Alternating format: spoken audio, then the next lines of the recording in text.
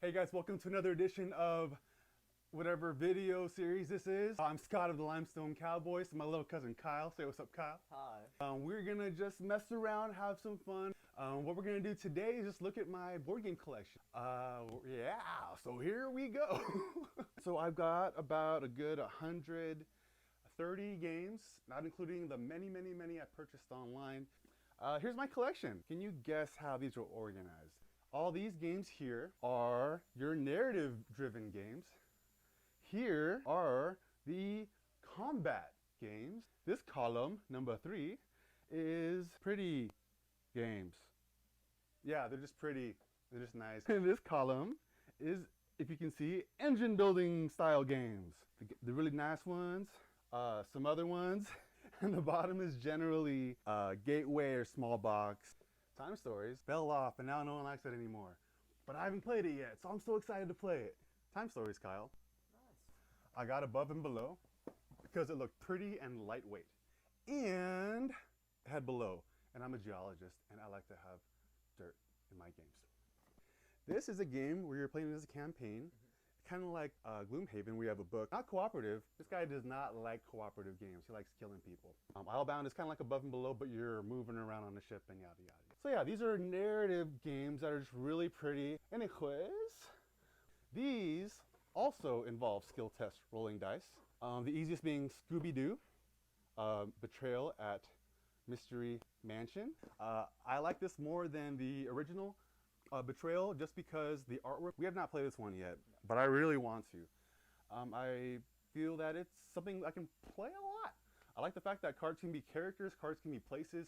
This is Mansions of Madness. Want to go ahead and give this a hold? Okay, so on the box fartometer, make sure you got the bottom right. Yeah. It's all app driven, so you don't need to like read every little setup scenario situation. You just play on the app. It tells you where to put the little coins, where to put the little encounters, what happens during different encounters.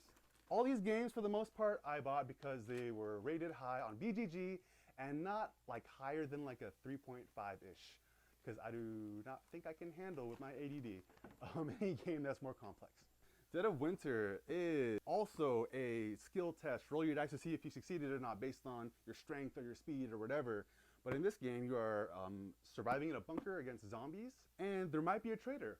Might not be. Spices it up even more because you don't even know if you're looking for a traitor or not. This would be the easiest, Scooby-Doo. I think my favorite would have to be Arkham Horror, and this one, yeah.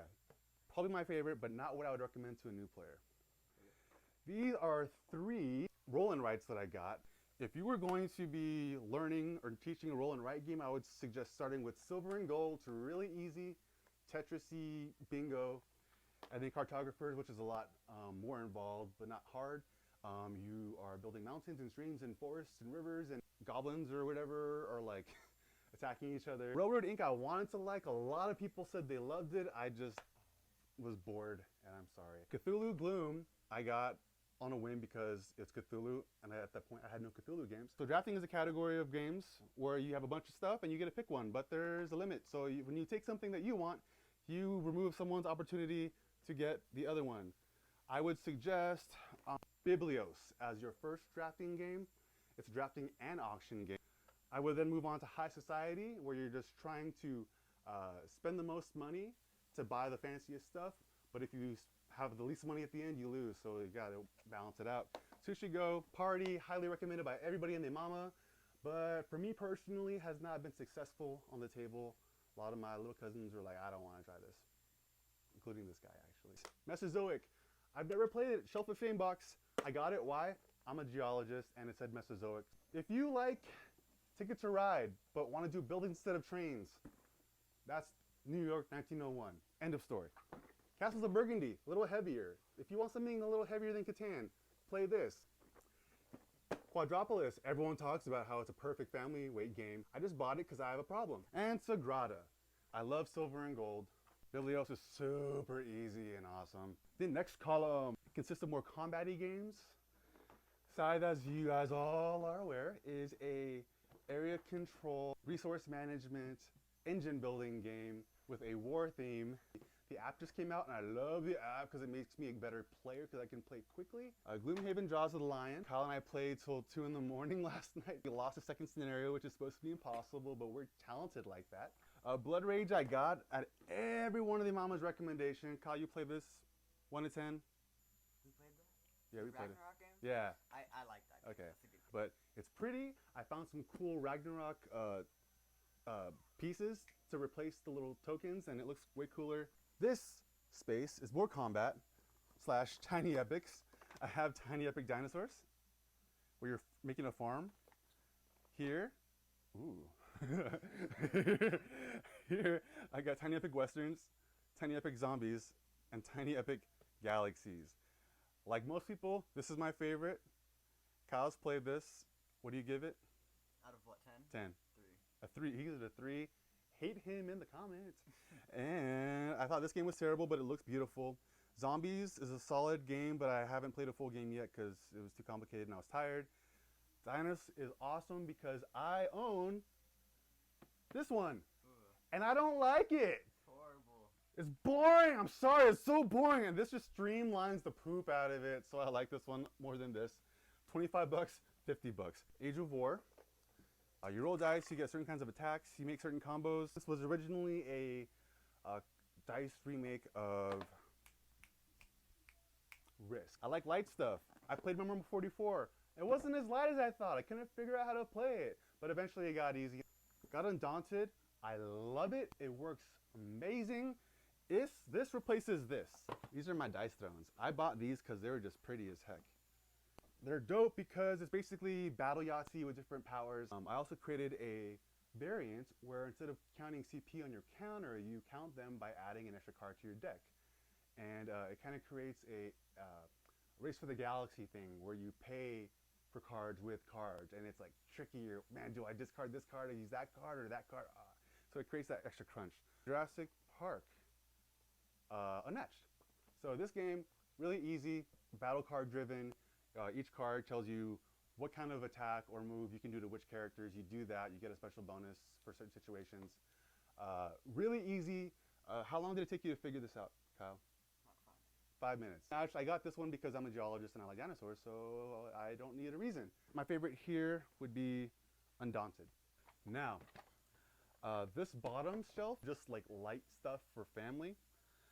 Jump Drive is an engine building game. It's a baby version of Race for the Galaxy. You just keep on adding cards to your tableau. It's a tableau building game. As the rounds go on, you collect more and more income so that you can get points faster than the other person and get to 50. I also created a solo variant. You can find it on my Instagram. Unstable Unicorns is the game that got me into gaming. People hate on it because it's Lucky and it's Take That. People hate Take That. He loves it. It's basically Unstable Unicorns with different animal factions and dice rolling and fighting monsters. Really easy. In fact, I would say this is easier than Scooby-Doo. I do not own a copy of Pandemic because everyone has it, and I really like the digital version of Pandemic. He doesn't like it. So this is my personal choice for family weight cooperative disaster games. Five Tribes, I think is number like 57 or something on Board Game Geek. A beast version of Moncala, where the pieces you pick up give you powers, you do powers, and then whatever tile you end on, it's the second action you have to do. I'd say this is the next step after Ticket to Ride. If you play Ticket to Ride, also made by Days of Wonder. 5 Minute Marvel, my gosh. I bought this thinking it was going to be more interesting than it was. It's just slapping stuff. Hive is, from a design perspective, a really interesting game that uses the pieces as the board. Favorite game here, as much as I love Here to Slay, Five Tribes wins. Again, I think it's a good next step game. Column number 3. These are all pretty and generic games. So Wingspan, engine building game. Everyone's heard of it. Everyone's played it. Digital adaptation just came out. Isle of Cats, same thing. It's good. It is good. It's just that I don't think I need to have it. Everdell, again, it's good. It's just like Dinosaur Island. Have you tried this one? What did you think? I hated it. He said he hated it. Why'd you hate it? I don't The soul knows what the soul knows. Yeah, sure. Yeah, no, it was just so many steps to do so little, and so much upkeep to do like nothing, and it just felt like I was wasting all my little actions to do things that weren't even helping me. That's just me and my playstyle. I maybe don't have such a sophisticated palette as many of you other heavier gamers, or maybe it's just a bad game. I don't know. Of these, I'd say this is the most impressive, and I want to show off to people. And this is the one people can, it's a little easier so people can get into it the most. Worker placement games. Targi is famous for being the most elegantly designed two-player worker placement game. That's Targi. I bought Cytosis because I'm a scientist and you gotta support scientists. Agricola Family Edition because who wants to play the full version? Not me. I have Architects. Now, Kyle, you played Architects. Yeah. From 1 to 10, how much did you like it? I'd give it a 5. Whoa, really? Yeah. I thought you liked it a lot more. No. So a 5. It's a good game, but if not my favorite. Not your favorite. Okay. No. Was there too many things to remember or not enough action? Yeah. Okay. Yeah. I love this game just because it's got a lot of player interaction, and that's why we do this. Like, we can play video games on our own, but like you play board games to interact with people. But for those of you who like a little less interaction, the second in this line is Paladins, where you have your own player board. I like to use the term control board. I'm coining that, use it, but any game with a personal player board that keeps track of upgrades and engine building stats, I call a control board. So for example, I would call Blood Rage and Side, whatnot. Everdell is also a worker placement game, and there are a couple others, but I mean, predominantly, worker placement is just the main thing there. Can you guess what this category is? Yes, you got it right. It is party games. What is a party game? A party game is a game where you can play with a lot of people. It takes like 2 minutes to learn them, and it's a lot of fun. And you don't need to have a lot of thinking strategy. You're just kind of wild and having a good time. Liar's Dice, because you're trying to guess probabilities without even knowing everything, and there's bluffing. Skull's the same thing, but Mexican. Sprawlopolis is small, so I bought it. So in the mind, you're working together to lay down numbers from 1 to 100. Now, if you got the mind out of your system and you want to try something else, maybe a little more, not harder, but more complex, Hanabi, which is Japanese for fireworks, I think. Okay, so you're not putting cards in order from 1 to 100. You're putting cards in stacks of 1 through 5 in 5 different colors. The Crew, I'd say, is the more complex of the 3. In the Crew, you are playing a trick-taking game like Hearts. In all cases, none of these are hard games. So if you're a newer gamer and you want to get into some cooperative, social element, imperfect communication games, these are your 3 in this order. Word games. Code Names is like the most famous word game in the world. And Decrypto is considered the #1 board game in the world. That's it. Munchkin. I don't like it, I'm gonna sell it. Citadels, not a social deduction game, although it kind of is. You're picking a role each turn. You're playing as a different person. You're trying to do your own little personal tasks. Part of being successful is kind of trying to guess which character every player is playing as. I'm not the hugest fan of social deduction games, but I have a pile of them. Mr. Sam Healy recommends this up the yin yang, so I bought it. And you played it. Yeah. It's quick, it's light, it's fun, you're attacking people. And instead of just like mafia guessing who the mafia is, you actually have a reason to think it's somebody based on who attacks who.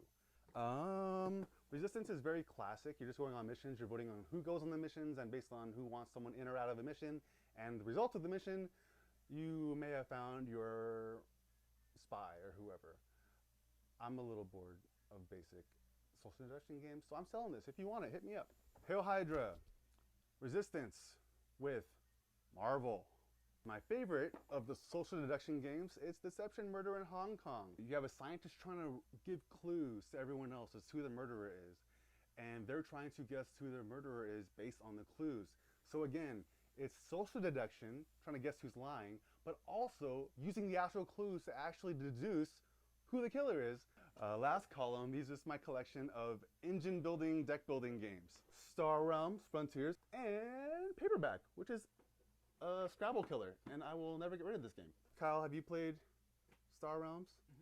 Mhm. And what do you give it? Loved it. 10 out of 10. So 11-year-old gives it a 10 out of 10.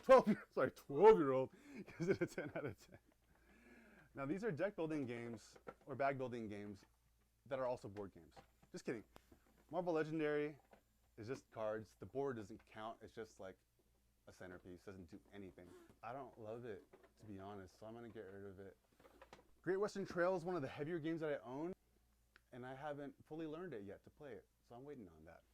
Taverns of Tiefenthal have yet to play with people yet, but oh my gosh, Quacks, which is a lighter equivalent by the same designer. Fun game, oh my gosh. All right, these are racing games. Rallyman GT, not the funnest racing game. Cool.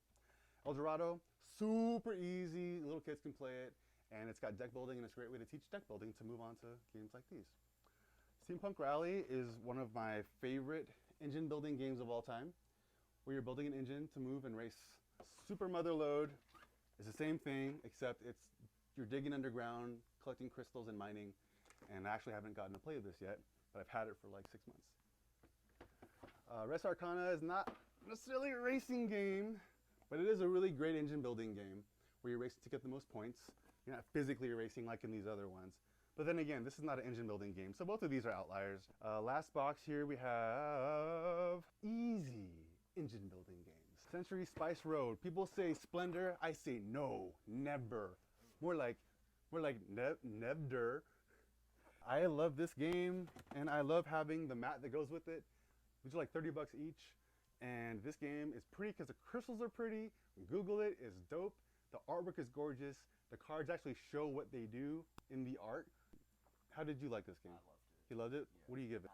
9 out of 10. 9 out of 10. Yeah. It's simple. Enjoy it. I've never had someone not enjoy this game. My number one recommendation for introductory, try it out with non-gamer or family game.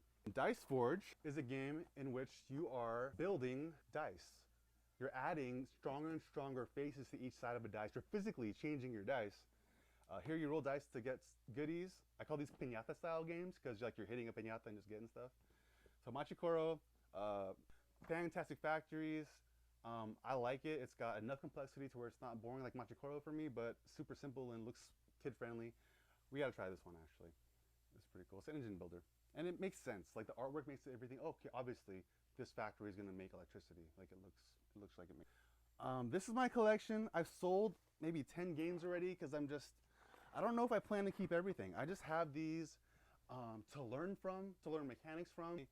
I like to have at least one of every category of game, whether it be narrative, skill tests, whether it be engine building / combat, area control, whatever, whether it be pure combat, whether it be family weight games, worker placement, pretty engine building, or racing, or entry-level engine building, or party games. You got your bluffing, your social deduction, your imperfect communication, or your word games. I like having 1 or 2 of every category. I currently have like 4 of every category, but that's my collection. I think it's pretty well-rounded, aside from some of the heavier Euros. I don't have a lot of Euros. I got my Castles of Burgundy, and I really want to play Orleans and Trajan. But I'm good. do you think I have enough games? Yeah, definitely. I'm looking forward to getting Paleo Americas, which is kind of like this, with deck building set in the Ice Age, which is not a place or a one time. I'm really excited to get Dinosaur World, which is the sequel to this game, and it fixes everything I don't like about this game. I'm looking forward to Eclipse. I don't have many 4X games, if you've noticed. I got some battle games. Kyle and I today went to our local game store. Always support your local game stores in Burbank called Geeky Teas and Games, or Games and Teas. Really cool folks over there. Teas and Games, Games and Teas. They've got cats. He liked it. I'm not sure if I want to play a TI-4 yet. I don't know if I'm there yet. And the game that I found was Eclipse. I made a really, really rash decision, really, to buy Eclipse. This was, this is two veggies. It is now the biggest game I own. When I was a kid, middle school, high school, we played Risk. That was our heavy game. It took 2 hours to finish. I think this is my new Risk. And just like, yeah. My library is su library. Mi biblioteca es su biblioteca. Thanks for watching and enjoy gaming. What's a good outro? Ba-da-ba-ba-ba.